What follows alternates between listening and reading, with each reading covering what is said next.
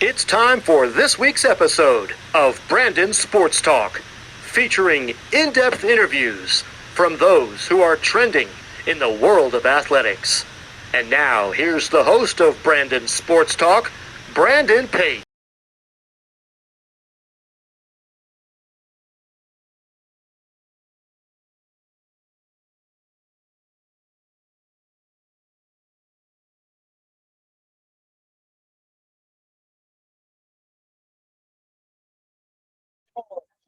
Welcome back to Brandon Sports Talk. In today's episode, I had the privilege to interview the Oklahoma State head equestrian coach, Coach Larry Sanchez. How are you doing today? I'm good, thank you. Can you talk about how you knew that you wanted to get started in coaching in the sport of equestrian? Well, with my background in the horse show industry, I had a lot of youth kids that I would help, and we would take to industry competitions, and then I also have a background in athletics with having wrestled in junior high and high school, and wasn't good enough in wrestling to go to college in that sport. But I've always had that mentality of a coach. And so when the NCAA for sure got involved with equestrian, it really was up my alley as far as having that coaching hat and being able to apply my horse knowledge to it as well. Of course, what was it like going to Colorado and competing in rodeo? Well, I grew up more with a ranching and rodeo background than a horse show background. I got more into the formal style of riding and of horse showing when I got into college. So growing up in ranching and rodeo, and then being able to compete for Colorado State University on their rodeo team was a lot of fun. Something I truly enjoyed doing. But then as I progressed through college, I started getting more into the horse show world. And that's how my career took off. Of course, what were some of your accomplishments during your time at Colorado competing in rodeo? Just a lot of regional rodeos. I never made it to the college national finals, but just the camaraderie with friends and being able to compete doing what I love, that was exciting. I was a team roper, and I was a decent header. And so, like I said, wasn't good enough to really make a living out of it. So I needed to make sure I found a job where I could succeed otherwise. Of course, what was the transition like from going from rodeo to equestrian? It's a completely different sport. I always liken it to the difference between volleyball and basketball. They both have to do with a ball, but they're completely different in the way that they're played and the rules. That sort of thing. Yes, you've got to be athletic. You've got to have that ability to do what we're needing you to do in each of those sports, but they're very specific in their own right. And of course, when you get into one side of thing, you can really focus on that particular sport and refine it down and be better in that sport. But collegiately in equestrian, really it's just being more of a horseman and being able to communicate with a horse. And it was through learning that in a later stage that I feel made me more effective as an equestrian coach. Of course, how is it like starting up the New Mexico State equestrian program? Well, I really didn't go there to start that program. I got a job at New Mexico State to teach their riding classes, their Western riding classes. And then as I was there a couple of years, then they moved me into the jumping seat practices as well, but or the classes. But it was the year that I got there to New Mexico State, and this would have been in August of 1993, is when they also started competing in the Intercollegiate Horse Show Association. And being that I was the instructor for their riding courses, they said, well, we want you to coach this team as well. And starting that program down there, I just basically prepared my riders in college like I would in the industry of, taking them to the American Quarter Horse Association World Championships. And, I prepared them for that. And then it wasn't long that we started having some success. We won the IHSA National Championships in 1995. We were second in 97, and then we won it again in 1998. And it was in 1998 that the NCAA adopted women's equestrian as an emerging sport. And so it was those recent successes that I had with the club team at New Mexico State that got me the job here at Oklahoma State to start the program here. Of course, what was that like starting up a club team and then making it into a Division I team? Well, as a club team, you basically take what you've got. There really weren't any resources at that time. So with the exception of the school owning a herd of horses that were capable of competing collegiately. And so I just basically took whoever wanted to participate on the club team and prepared them as good as I possibly could to succeed in that competition arena. When I came here to Oklahoma State, we really didn't have anything. Animal science was very good about helping athletics get started in the sport. They allotted us some land. We were able to use their existing indoor arena. But other than that, we didn't have any horses. We didn't have any tack. We didn't have any equipment. And I was fortunate enough that Oklahoma State provided me with a startup budget that I could go out and purchase those things necessary to get the program started. We did have to purchase some horses in the very beginning, but after about 4 or 5 years in existence, we started getting enough donations just because the donors of these horses saw the level of care that they were getting and the way that they were maintained. And so the donations started coming more and more, and it's probably been 17, 18 years since I've last purchased a horse for the program. Of course, during your time at New Mexico State, what was it like making that into a top tier program? Well, all I knew was to apply the knowledge that I got from competing in the AQHA and within the industry to my riders, my collegiate riders, and trying to make them the best that they possibly could be, along with trying to teach them how to ride an unfamiliar horse, because that's a part of collegiate riding that is different than the industry is. They draw the horse that they're going to ride for that day. And so I used to focus a lot and still do for that matter on teaching the riders how to quickly adapt to an unfamiliar mount and being able to do what it is that you're asking them to do in the collegiate arena. How's it like, obviously, coming to Oklahoma State and starting up that program just like you did at your previous school? Well, it was pretty exciting. When I was at New Mexico State, the club team was under the College of Agriculture umbrella. And so when I would go to staff meetings, it was with the College of Agriculture. And it seems like the majority of the talk in those meetings was about research and publishing and all those academic things that are very important. It just wasn't my niche. Like I mentioned earlier, I grew up as a student athlete and competing in sports. And so my mindset was more on coaching. And so when I got here to Oklahoma State, and the first meeting I went to was a head coaches meeting, and here I'm in the same room with Eddie Sutton and at the time Bob Simmons as the football coach, and John Smith, the wrestling coach, and just all of the other ball coaches and sport coaches. And it seemed like the things that we were focused on in those meetings were right up my alley. It was the way that my mind worked. It's what I wanted to do. And so it was pretty exciting starting it here, just because the mentality of athletics was more of what I knew and what I found an interest in. Of course, in 2014, what was that season like, taking them to the Big 12 championship?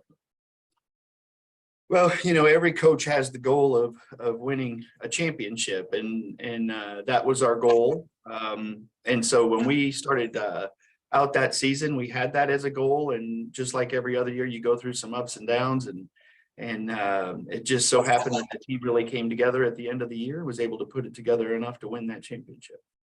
How's it been like, obviously, taking the team to 8 conference championships during your time so far?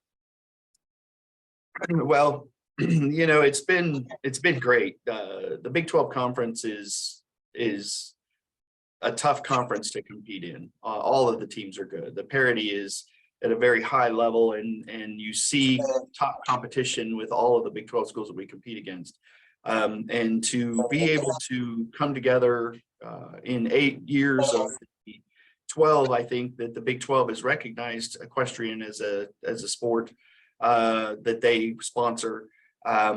It's been kind of a goal now that we've won 8. Our hope is to continue to dominate within our conference and to win that conference championship every year. But all those other teams sure do make it difficult to reach that goal. So we've always got to practice hard and work hard to get there.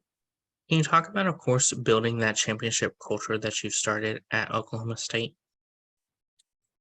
Well, first of all, it's a belief. Any athlete has to believe that the team that they're on has a chance to win.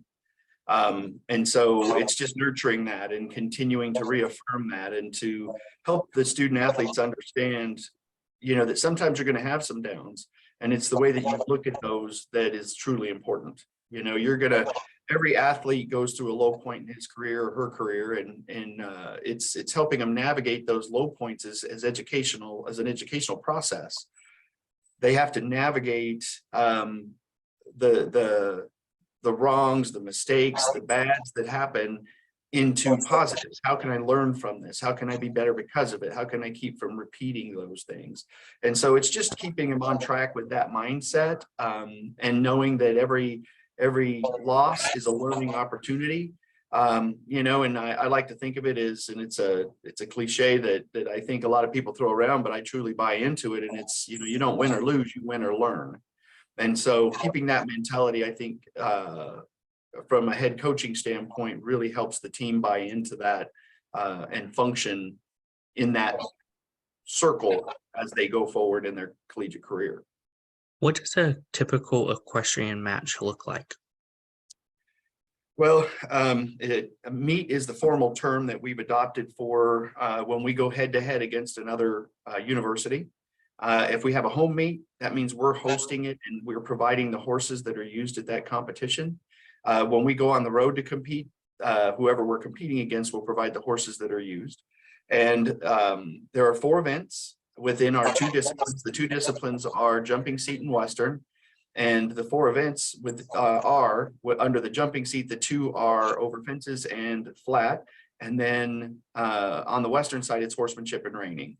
And so what will happen is one of the riders from the opposing school will ride the same horse in that event against one of our riders, and whoever scores higher on that horse in that event will score a point for her team.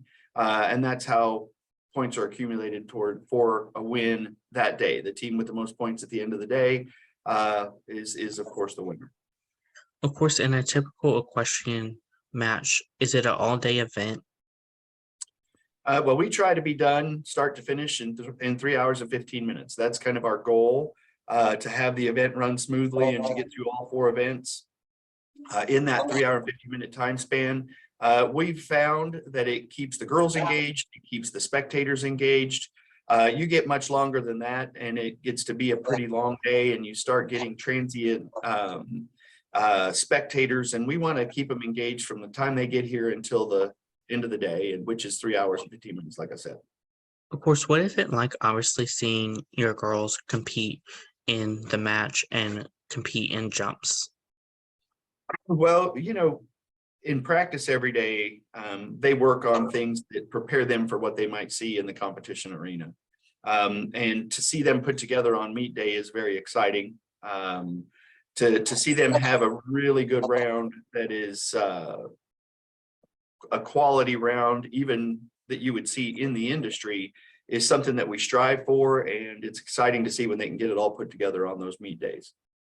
Of course, during the meet days, do you only compete with teams in the Big 12, or do you also compete, like, let's say, with Georgia Bulldogs?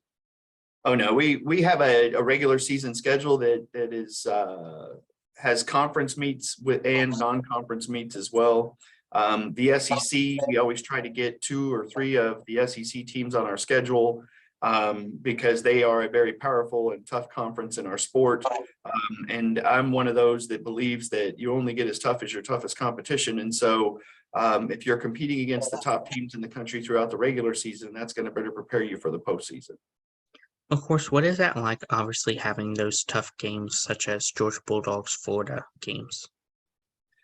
You know what? You better bring your A game, when you're competing against teams like that. They are very talented and make very few mistakes. And so you've got to make sure you minimize the mistakes that you make and hopefully you're riding at your best those days because that's what it takes to win competition against that caliber of team. Of course, how is it like obviously having your own horses where the student athletes don't have to provide their own horse for Oklahoma State? Well, in the industry, one thing that we see is participants being able to afford very expensive, very well-trained, high quality horses. And sometimes the horse can mask the ability level of the rider within the industry.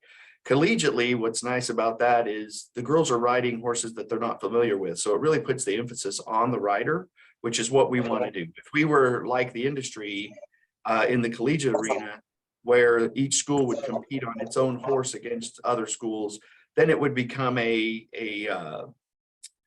budgetary thing where the schools with the bigger budgets, of course, could afford the nicer horses and therefore make it hard for the teams with smaller budgets to compete. So what this does is it levels the playing field as far as what horses are ridden, and it just really brings the top riders to the victory or to the win. What does the recruitment look like for prospective student athletes going in equestrian? Very similar to every other sport that's out there. We have the same NCAA rules, have to abide by all of those, just like all of the other sports.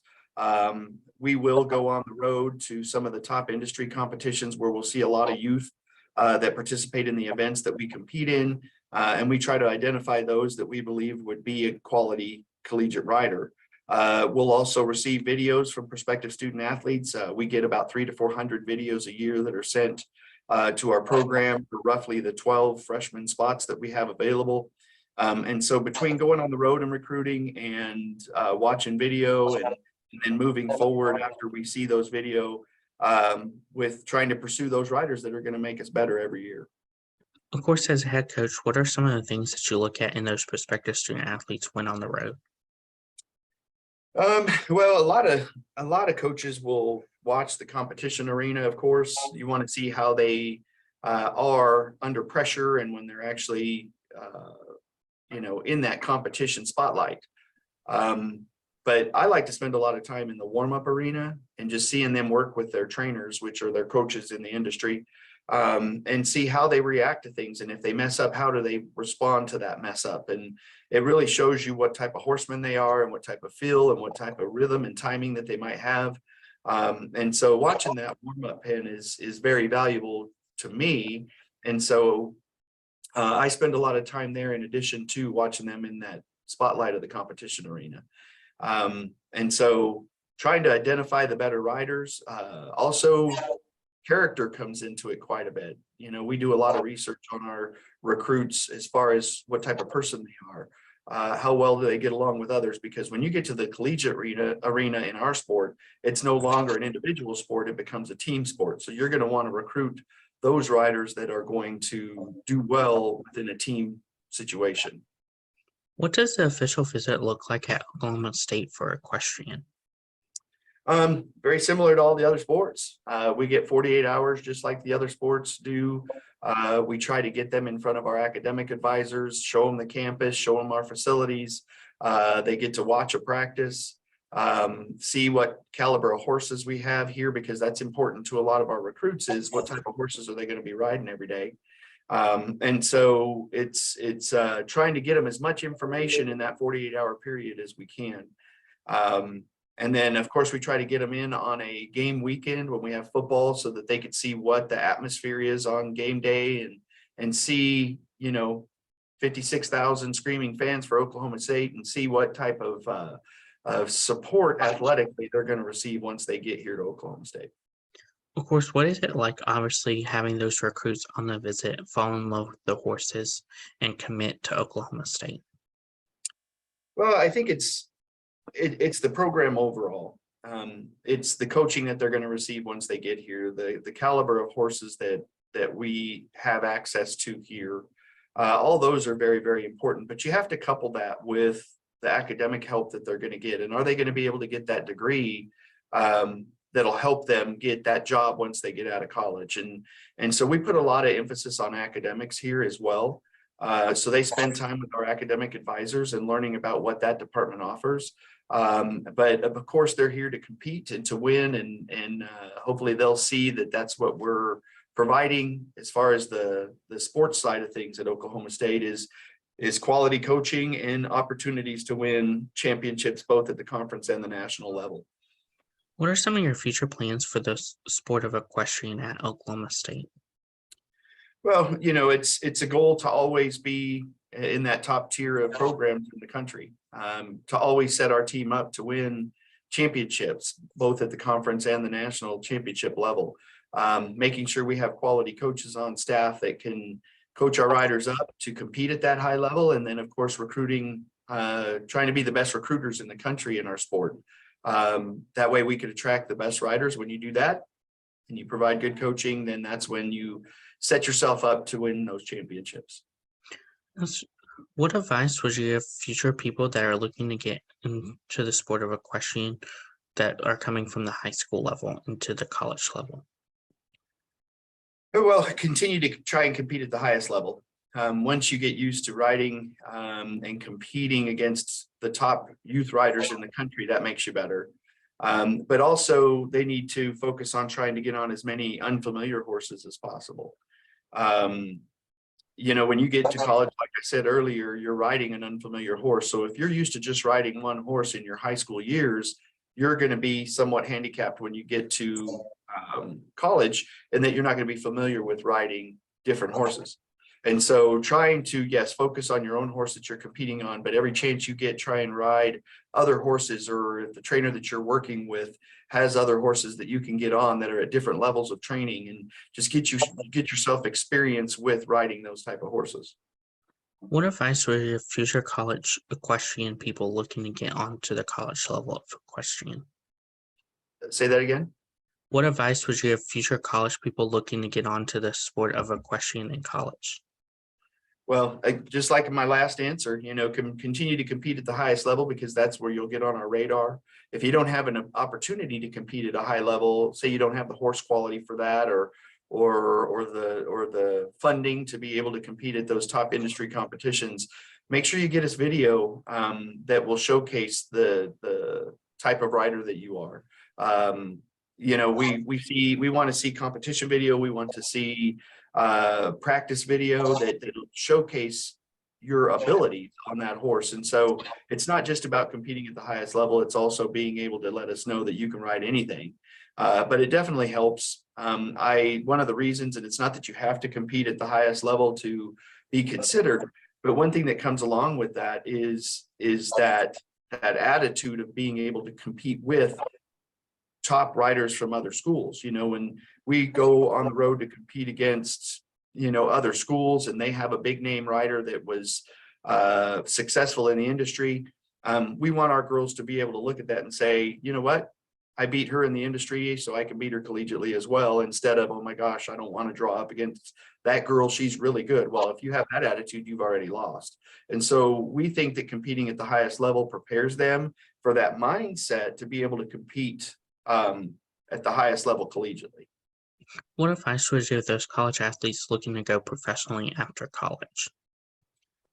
Well, in our sport, going professional is it's not like they roll out the red carpet and put you in a fancy hotel room and give you $1 million signing bonus and all those things. And going professional in our sport, unless you already have connections, it's kind of a tough road to hoe. It is. You start at the bottom generally. If you have your own barn and you're not working for an established barn, then you're going to have to cultivate clients. And sometimes it's hard for new trainers to get those top tier clients or those top tier horses, because you haven't really made a name as a professional for yourself. So it's a long process, but also it's a labor of love. When people go professional in our industry, it's because they love what they do. They enjoy being in that situation on a regular basis. And so the advice that I would give to somebody who wanted to go professional is, you know what, it's time. You're going to have to pay your dues. You're going to have to really step up and earn your reputation that you're eventually going to have in the future. And that starts with hard work. And then just trying to be as smart as you can in making the horses that you're riding the best that they can be, and try to make them something beyond what that horse is capable of doing. What advice would you give those future college coaches and even head coaches looking to get started in coaching in equestrian? Well, it's a lot of hours, and in the arena coaching is probably one of the easier things in coaching equestrian. Teaching the skills in the arena that they need to be competitive is something anybody can do if you have experience in it.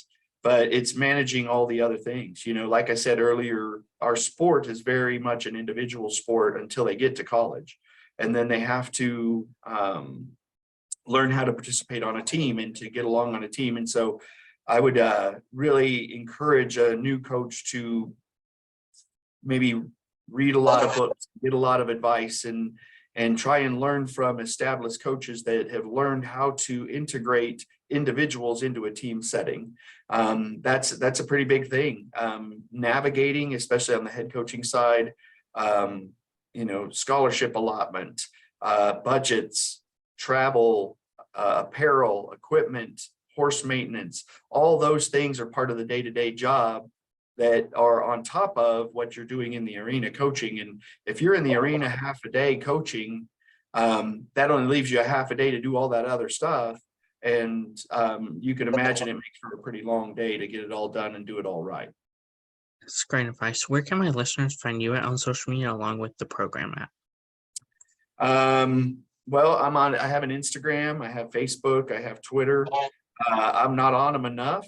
I think it's Larry Sanchez OSU on my Instagram page. I would have to look up what actually my Twitter handles are. I know I have them, but I don't look at that part very, very often. I can look it up for you real quick if you'd like. Hold on one second and I'll get that for you. At my Twitter handle is at OSU Coach Sanchez. And then Facebook, let me see if I can get to my profile here. I think it's just under Larry Sanchez, as far as I can see. So that's where you can find me on Instagram, Twitter, or Facebook. I'm not very active on there. I leave that to my assistant coaches who are younger and more versed in social media. I'll look at it from time to time, but I might post something every now and again. But other than that, I'm not very active on social media. I'd probably need to get a little bit better at that. Thank you again, Coach Larry Sanchez, for your interview, and best of luck in your future as the head coach for the equestrian program at Oklahoma State. Thank you. You can find Brandon Sports Talk on Facebook at Brandon Sports Talk, Instagram at Brandon Sports Talk, Twitter at Talk_Brandon, and you can find me on YouTube at Brandon Sports Talk. Don't forget to like, comment, and subscribe. Thank you again, Coach Larry Sanchez, for your interview, and best of luck in your future. Thanks for having me. You've been watching Brandon Sports Talk. Please feel free to like, share, and subscribe to Brandon Sports Talk on social media and on YouTube.